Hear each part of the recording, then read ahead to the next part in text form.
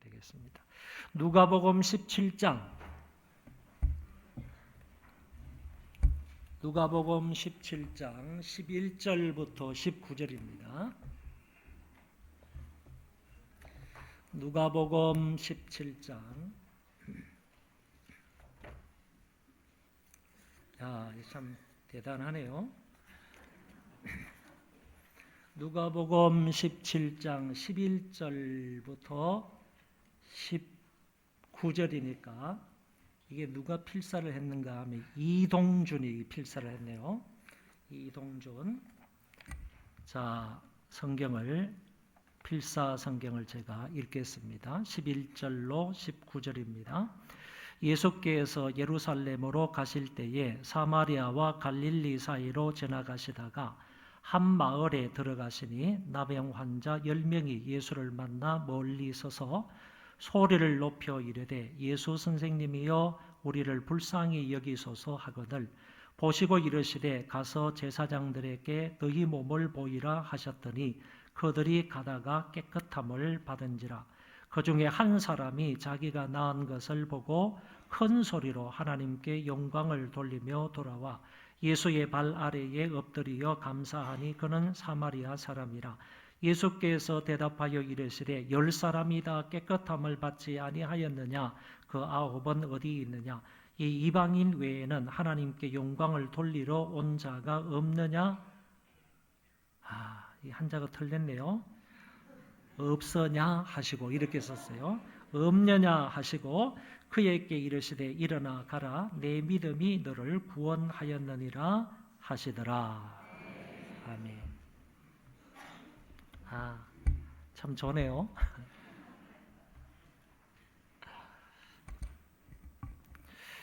오늘 본문에 나병 환자가 나오는데 나균에 의해서 감염이 되면 잠복 기간이 10년 내지 20년이 된다고 합니다.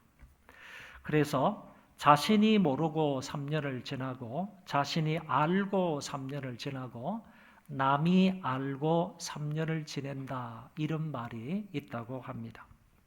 오랜 잠복 기간을 걸쳐 있다가 서서히 몸에 반점이 나타나게 되고 털의 색깔이 변하고 환처가 우묵하게 파이고 고름이 생기고 진물이 나고 감각이 없어진다고 합니다.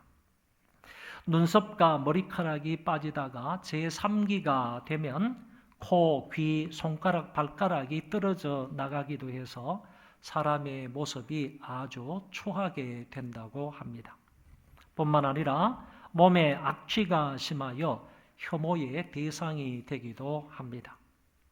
그래서 이 나병에 걸리게 되면 가족들이 같이 살 수가 없고 동네 바깥으로 쫓겨나서 깊은 산속 동굴이나 자기들만의 마을에서 집단 생활을 해야만 한다고 합니다.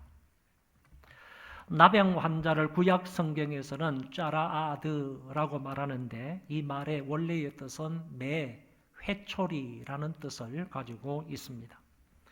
이같이 히브리인들은 문둥병을 하나님이 때리신 병이다, 하나님께서 회초리를 들어서 때리신 병이다 라는 개념으로 이해를 했다는 것입니다. 그래서 한국에서도 이것을 나병을 천형병이라 이렇게 부르기도 합니다. 하늘이 내린 형벌의 병이다 라는 뜻입니다. 오늘 성경에 보면 나병 환자 10명이 사마리아와 갈릴리 사이 어느 마을에 살고 있었습니다. 우리 주님이 갈릴리에서 예루살렘으로 가시다가 이 마을을 방문하시게 되었습니다. 12절에 주님이 한 마을에 들어가시니 라는 이 말 속에는 예수님의 분명한 의도가 내포되어 있습니다. 다시 말해 예수님이 분명한 목적과 의도를 가지고 이 마을을 방문하셨다는 얘기입니다. 보통 사람이라면 이 마을에 접근할 생각을 전혀 하지 못할 것입니다. 저 마을에 문둥이들이 살고 있다라는 이런 이야기만 들어도 오히려 그곳을 피하여 도망갔을 것입니다. 그런데 주님은 의도적으로 그 마을로 들어가셨습니다. 이 말씀을 볼 때에 주님의 한없는 긍휼과 자비와 사랑의 마음을 엿보게 됩니다. 마을로 지나가시던 주님을 본 10명의 나병 환자들이 멀리 서서 소리를 높여 예수 선생님이여 우리를 불쌍히 여기소서라고 말합니다. 이들은 감히 주님에게 가까이 접근하지를 못하였습니다. 문둥병자들과 가까이 접하면 나균이 점령될 수도 있지만 율법적 규정상 이들은 건강한 사람들을 가까이 할 수가 없었다라는 얘기입니다. 그래서 멀찍이 서서 선생님에게 들릴 정도로 큰 소리로 이렇게 외친 것입니다. 이들이 멀리 섰다라는 이 말은 무엇인가 말씀하시면 순종하겠다는 자세라고 말합니다. 그동안도 이들은 주님에 대한 이런저런 소문을 많이 들었을 것이고 그 중에 각종 병자들을 낫게 해 주셨다는 소문을 분명히 들었을 것입니다. 그 주님이 우리에게도 만약 무슨 말씀을 하시게 되면 우리는 그 말씀을 적극적으로 따르겠다 하는 자세를 보인 것입니다. 이런 믿음의 자세는 오늘날 신자들에게도 대단히 중요한 자세라고 봅니다. 언제든지 무슨 말씀을 하시든지 그 주님의 말씀에 순종하는 자세를 가지는 것입니다.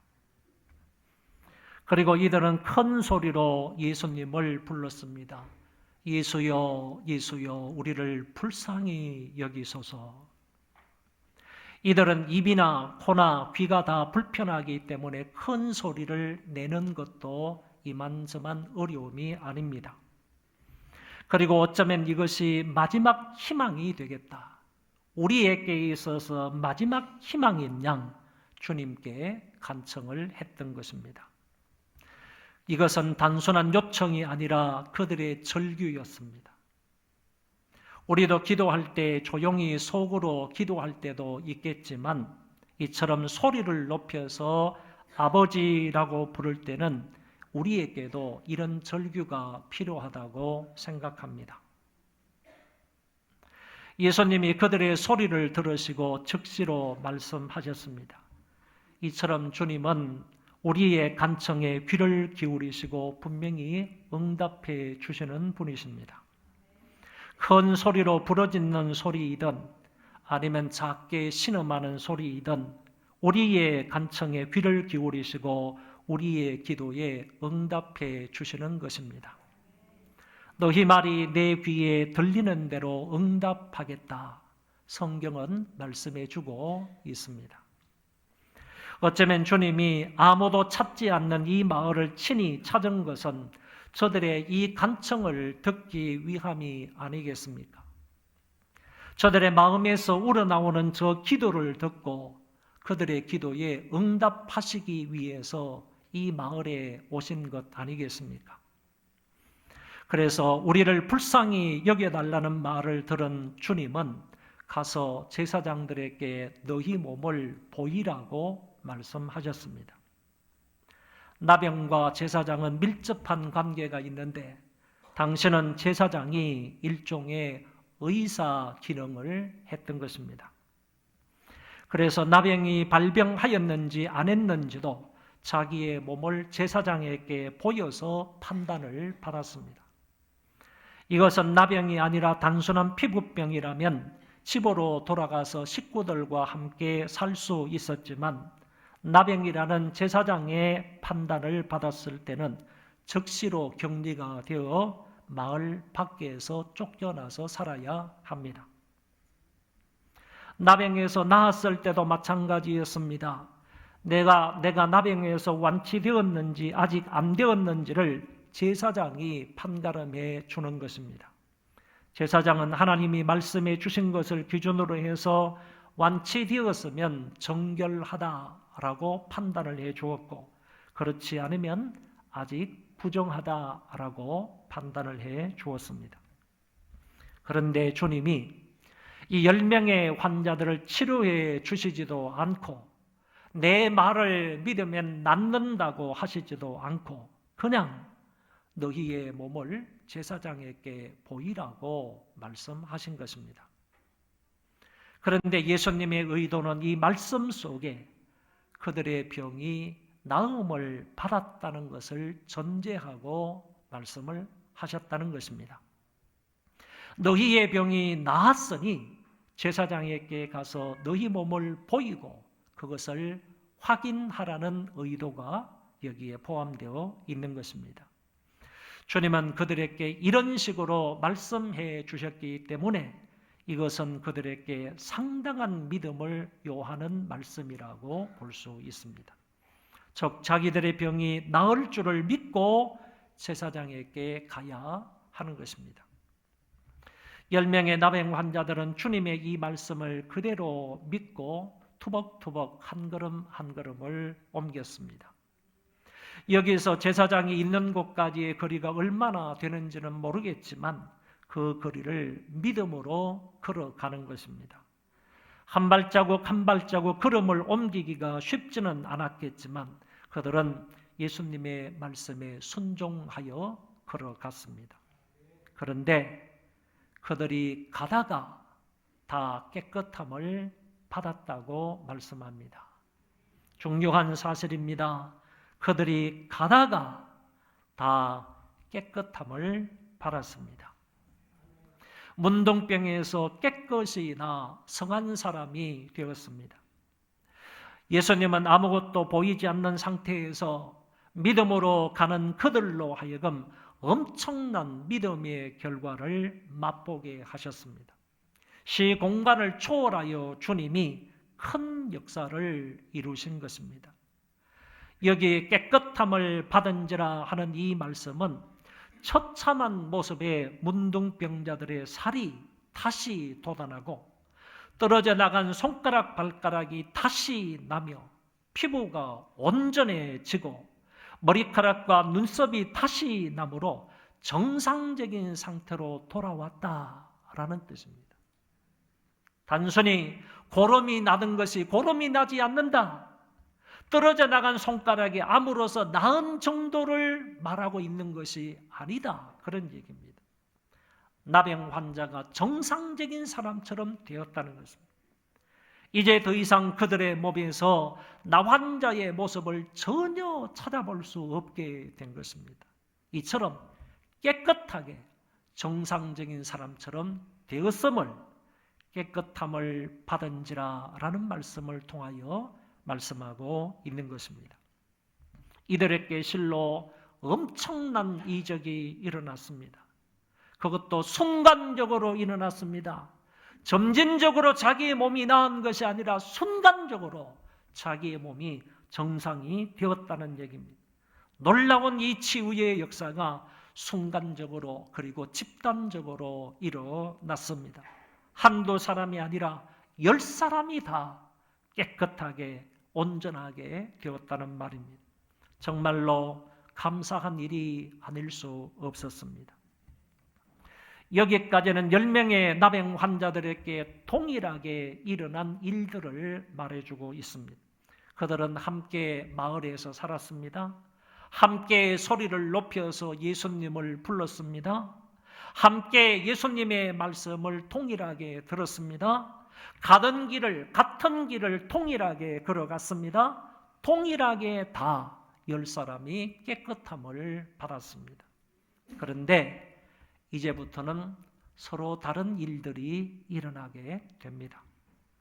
그 중에 한 사람이 자기가 낳은 것을 보고 큰 소리로 하나님께 영광을 돌렸습니다.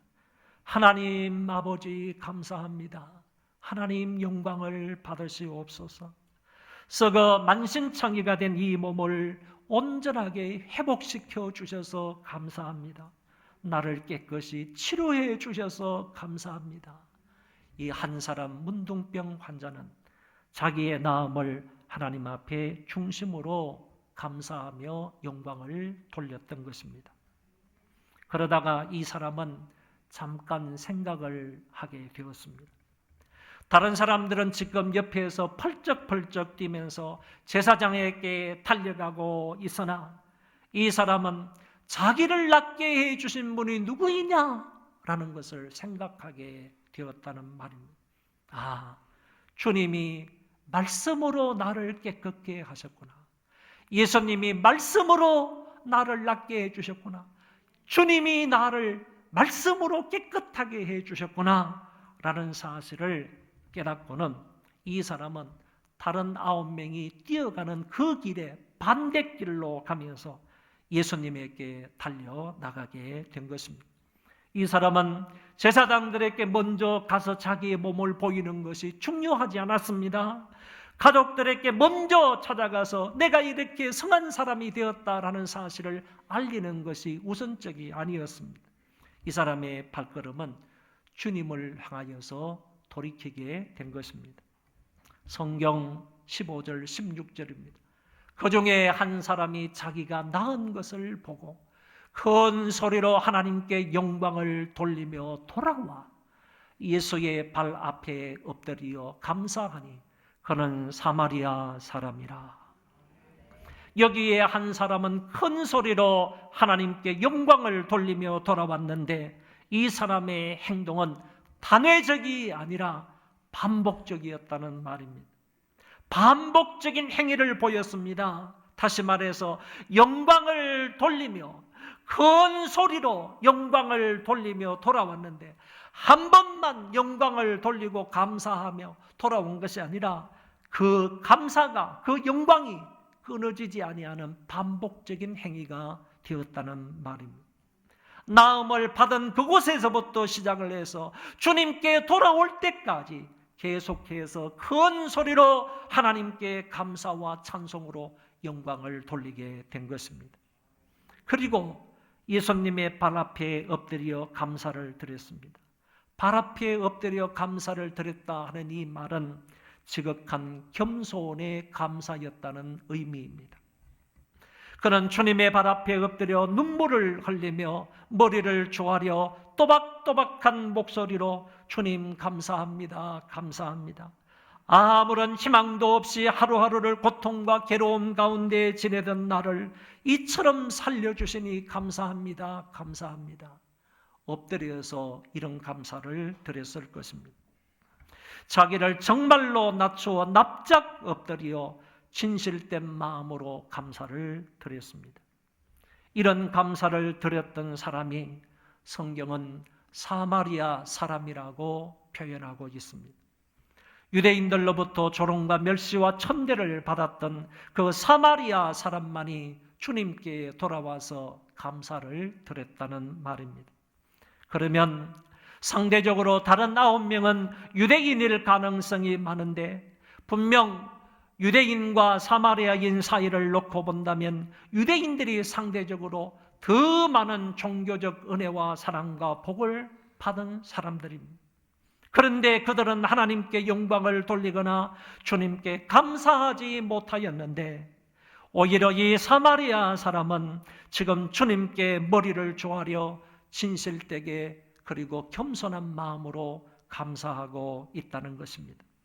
분명히 한 사람 이방인은 다른 9명과는 다른 생각과 그리고 다른 행동을 하고 있는 것입니다. 이었고 주님이 이렇게 말씀하십니다. 10사람이 다 깨끗함을 받지 아니하였느냐? 그 9은 어디 있느냐? 이 이방인 외에는 하나님께 영광을 돌리러 돌아온 자가 없느냐?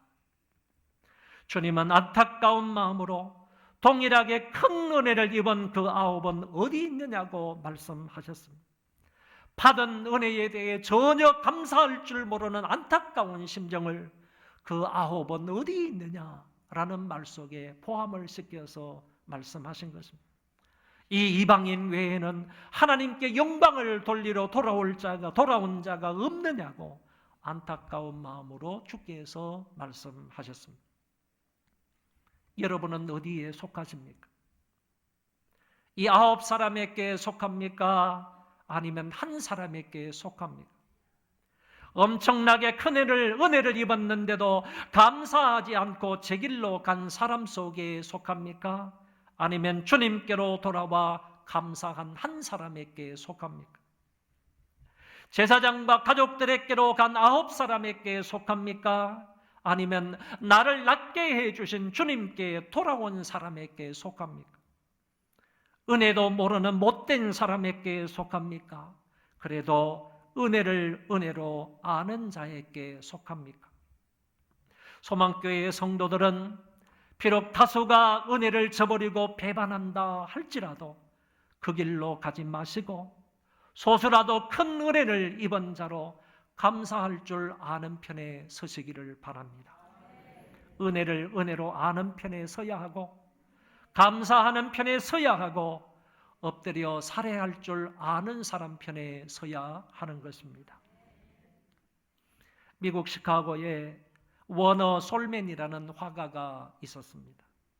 결혼해서 얼마 안 된 젊은 나이에 아주 중병에 걸렸습니다. 의사가 그에게 이렇게 말합니다. 당신은 임파선 결핵을 앓고 있으므로 앞으로 3개월밖에 살지 못한다고 사형 언도를 내렸습니다. 그의 부인은 유명한 가수로서 당시 임신 중에 있었습니다. 이 솔맨이 생각하기를 자기 아내에게도 이제 결혼해서 얼마 되지 않은 그 아내에게 너무너무 미안했지만 앞으로 태어날 아이를 생각하면 너무너무 죄스러운 그런 마음으로 하루하루를 살게 된 것입니다. 매일 절망에 빠져서 신음하고 있을 때에 그의 아내가 이 남편에게 찾아와서 이렇게 위로를 하고 권면을 했습니다. 3개월밖에 못 산다고 생각하지 말고 하나님께서 3개월을 허락해 주셨다고 생각하며 감사합시다. 아무도 원망하지 맙시다. 3개월이 얼마입니까?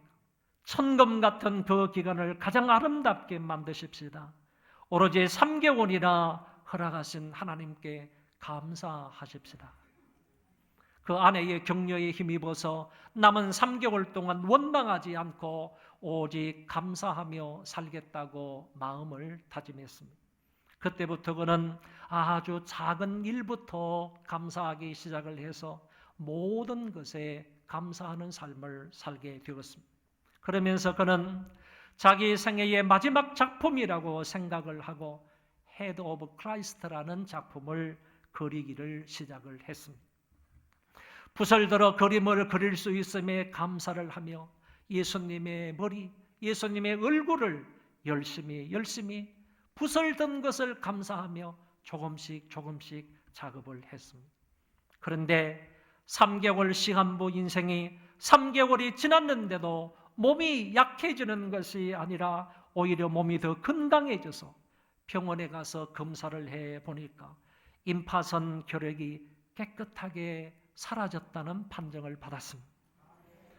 그의 주치의사인 존 헨리는 너무너무 놀라워하면서 도대체 3개월 동안 당신은 무슨 약을 먹었기에 이렇게 깨끗이 나았느냐고 물었습니다. 솔맨은 다른 약은 먹은 것이 없고 굳이 약이라고 한다면 아내가 지어준 감사하는 약을 먹었다고 하니까 의사가 박수를 치면서 바로 그것이 명약이다 이렇게 말을 해주면서 그 의사가 아주 유명한 이 말을 했습니다. 감사는 최고의 항암제이다. 감사는 최고의 항암제이다. 이것뿐만 아니라 솔맨에게 대단한 일이 일어났습니다.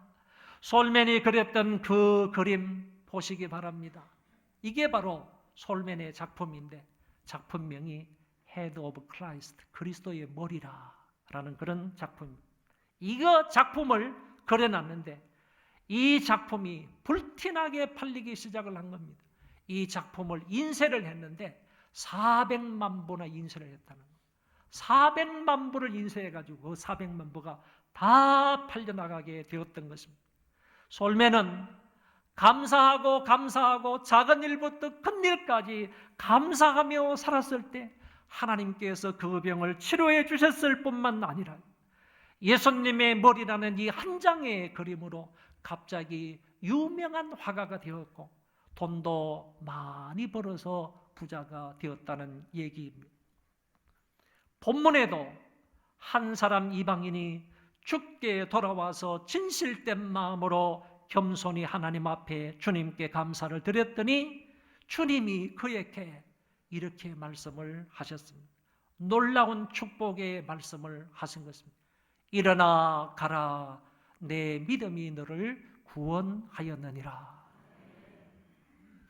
여기서 구원하였느니라 하는 이 말은 온 인류의 대제사장이 되시는 예수님께서 사마리아 그 사람의 질병이 완쾌되었음을 선언하는 말씀이고, 동시에 구원자 하나님으로서의 영적 구원을 선언하는 말씀이기도 합니다.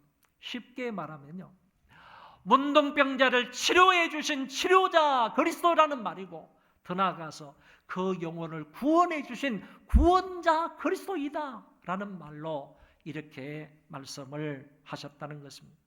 주님을 통하여 이 사람은 영적으로 육적으로 다 구원을 받게 된 것입니다. 놀라운 은혜, 청량할 수 없는 은혜를 받았습니다. 어제 오후에요, 제가 TV를 이제 보면서 저하고 이름이 비슷한 목사님의 설교를 들었어요. 그분은 이제 오씨니까 오 누구누구고, 저는 이씨니까 이 누구누구잖아요. 이름은 같아요. 그분의 이제 설교를 듣는데 아주 귀한 얘기를 하더라고요. 뭐냐면은 말미에요, 이런 얘기를 하는 거예요. 감사가 그 사람의 가치를 결정한대요. 감사가 그 사람의 가치를 결정한대요. 그리고 이 사람도요, 이 사람도 하나님 앞에 감사하고 찬양하고 영광을 돌렸더니만은 하나님께서 그 사람에게 더 큰 영혼의 구원이라는 복을 주신 거예요. 육체의 구원뿐만 아니라 영혼의 구원의 복까지 주셨는데, 이 사람은 그렇게 감사했기 때문에 그 사람의 감사는 그 사람의 가치를 드러낸다는 거예요. 그래서 이 사람이 말하기를, 그 오 목사님께서 말하기를, 그 유명한 축구 스타들은 자기 몸값이 얼마나 많으냐 이거지, 얼마나 높으냐 이거지. 그런데 오늘 우리가 감사함으로 인하여서 이 사람처럼 이 사람이 감사함으로 인해서 영혼 구원까지 받게 되었다면 그 사람의 가치는 그 스포츠인들의 그 가치 이것보다도 훨씬 더 높다는 얘기지. 그러면서 감사는요, 우리 내 가치를 결정한다는 얘기예요. 여러분, 이 한 사람은, 이 거지였다가 나음을 받은 이 한 사람은요, 자기가 낳은 것에 대해서 진실된 마음으로 하나님 앞에 영광을 돌리고 예수 그리스도의 발 앞에 엎드려 감사했을 때 하나님께서는 더 귀한 영혼의 구원까지 말씀해 주셨다 하는 사실을 볼 때에 오늘 저와 여러분들에게도 마찬가지라는 거예요. 우리가 감사가 깊어지면 깊어지고 넓어지면 넓어지고 높아지면 높아질수록요, 우리의 가치는 더욱더 높아지는 것이고 하나님의 은혜는 더하여진다 하는 사실을 알고 믿게 되는 것입니다.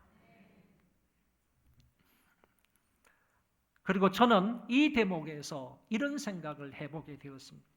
이 환자는 육체의 질병에서 나음을 받아 하나님께 영광을 돌리고 예수님께 감사를 드렸는데, 그렇다면 이제 영혼의 구원을 받았을 때 이 사람은 하나님 앞에 어떻게 감사를 드렸겠느냐, 이 생각을 한번 해본 것입니다. 물론 그 뒤에 말씀은 없지만 제가 생각할 때는 이 사람은 아마도 한참 동안 예수님 앞에서 꿇어 엎드려 일어나지 못하면서 하염없이 그 앞에서 눈물을 흘리며 예수님께 감사하고 하나님께 찬양을 드렸을 것이라고 봅니다. 앞에서 육체의 나음을 받고 하나님 앞에 이렇게 감사하고 찬양을 했더라면 영혼의 구원을 받고 난 이후에 이 사람의 감사는 더 깊은 감사였을 것이고 더 진실된 감사였을 것이고 더 감격스러운 감사였을 것이고 더 오랫동안 엎드려서 주님께 감사했을 것이다. 믿어지면 아멘 하십시오. 사랑하는 성도 여러분, 무엇을 감사해야 합니까? 우리가 진정으로 감사할 이유가 많이 있습니다. 병에서 나은 것 감사해야 합니다. 자식들이 그동안 무탈하게 잘 지내는 것, 그것도 감사해야 합니다. 돈 벌고 사업이 잘 되는 것도 물론 감사해야 할 일입니다. 성진하고 특별한 병 없이 지내는 것, 아이들이 학교에서 이번에도 시험을 잘 본 것 감사해야 합니다. 좋은 사람 만나서 결혼하고요, 아들, 딸 낳고 행복하게 살아가는 것 분명히 하나님 앞에 감사해야 할 일입니다. 그러나 이 모든 것은 다 육신적인 것들입니다. 이것들은 다 지나갈 때가 있습니다. 이 모든 것들은 다 사라질 때가 있습니다. 이런 감사거리는 아무래도 여러분들이 40년, 50년만 지나면 다 사라질 감사거리들입니다. 진정으로 사라지지 않는 영원하고 영적인 감사거리가 우리에게 있습니다. 그것은 하나님의 은혜로 인하여 구원을 받은 것입니다. 죄 용서를 받고 하나님의 자녀가 되었고 천국 시민권자로 살아가고 있는 것입니다. 영원한 하나님 나라를 기업으로 받게 된 것입니다. 이것이야말로 우리가 진정으로 감사해야 할 이유가 아니겠습니까? 여기 사마리아 사람은 병고침 받은 것을 감사했더니 영원 구원의 복을 주셨습니다. 그리하여 언젠가는 고침받은 육신은 죽겠지만 그 영혼은 영원히 주와 함께 살아있게 되는 것입니다. 우리도 이것을 받은 자로서 이것을 깊이 있게 계속하여 끝까지 크게 감사할 수 있기를 바랍니다. 바울은 데살로니가 교회에 편지를 보내면서 이런 말을 했습니다. 다 같이 읽고 마치겠습니다. 주께서 사랑하시는 형제들아, 우리가 항상 너희에 관하여 마땅히 하나님께 감사할 것은 하나님이 처음부터 너희를 택하사 성령에 거룩하게 하심과 진리를 믿음으로 구원을 받게 하심이니. 아멘. 바울은 데살로니가 교회를 생각하면서 항상 감사했다고 합니다. 왜 감사하게 되었느냐? 하나님께서 너희를 택하시고 성령으로 거룩하게 해주시고 진리의 말씀을 믿음으로 너희가 구원받은 것 때문에 내가 항상 감사한다. 뭐 때문에요? 너희가 택함을 받아 진리를 믿음으로 구원을 받은 것, 이것 때문에 너희가 구원받은 백성임을 들어서 내가 항상 하나님 앞에 감사한다고 말하고 있는 것입니다. 본문의 사마리아인처럼 병고침과 구원의 은총을 큰 소리로 감사하고 계속적으로 감사하고 꿇어 엎드려 겸손한 마음으로 감사할 수 있기를 바랍니다. 우리 다 일어나셔서 찬송하겠습니다.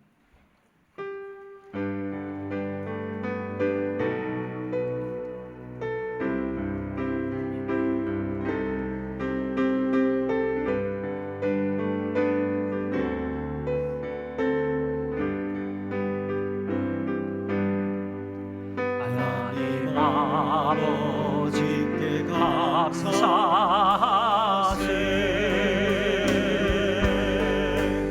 하나님 아버지께 감사하세.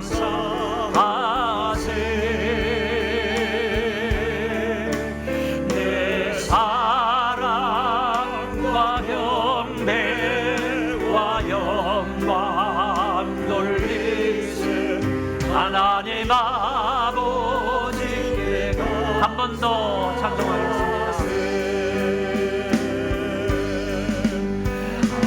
하나님 아버지께 감사하세.